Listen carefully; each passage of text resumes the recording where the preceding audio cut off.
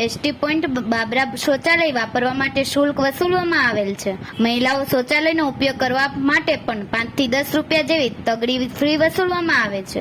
સફાઈના બહાને પેસેન્જરો લૂંટાઈ રહ્યા છે। હું છું પ્રિયા માધવાણી।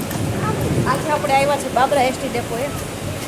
ભાઈ તમે વોશરૂમના કેમ પૈસા લો છો? મને લઈ બેન હવે નહીં લઈ, પણ એ તો ફ્રી સેવા છે। કાંઈ વાંધો નહીં, ફેવસ ફ્રી કે બસ તો તમે શું કામ લ્યો છો? સાફ સુફ કરવીશ બેન બે સાફ આપે છે। સૂપ પણ પૈસા તો ન લેવાય ને ભાઈ। હા કાંઈ વાંધો નહીં। અહીંયા બોર્ડ પણ માર્યું છે, પે એન્ડ યુ।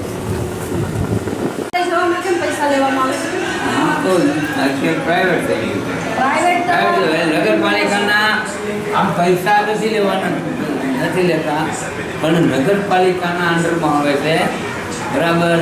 એટલે એ કોઈ રૂપિયો 2 રૂપિયા લેતા હોય કદાચ 5 રૂપિયા લે છે સાફ સફાઈ માટે લેતા હોય કદાચ સાફ સફાઈ માટે, પણ એ તો ફ્રી સેવા છે ને। સાફ સફાઈ માટે કદાચ લેતા હોય।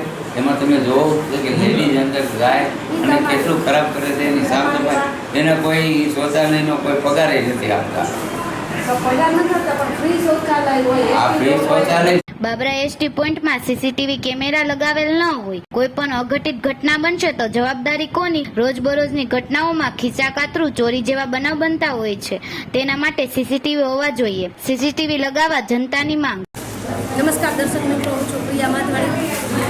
આપ જોઈ રહ્યા છો લોકસામના ન્યૂઝ। આજે અમે આવ્યા છે બાબરા એસટી બસ ડેપોએ, જ્યાં સીસી કેમેરાની સુવિધા નથી, પ્લસ શૌચાલયના પૈસા લેવામાં આવે છે। કાલ સવારે કદાચ અહીંયા કોઈ ચોરીની ઘટના બને કે કોઈ સ્ત્રીની કોઈ પણ બાબતની કાંઈ ઘટના બને તો જવાબદાર કોણ રહેશે? સીસી કેમેરા નથી, બરાબર, તો શું થશે?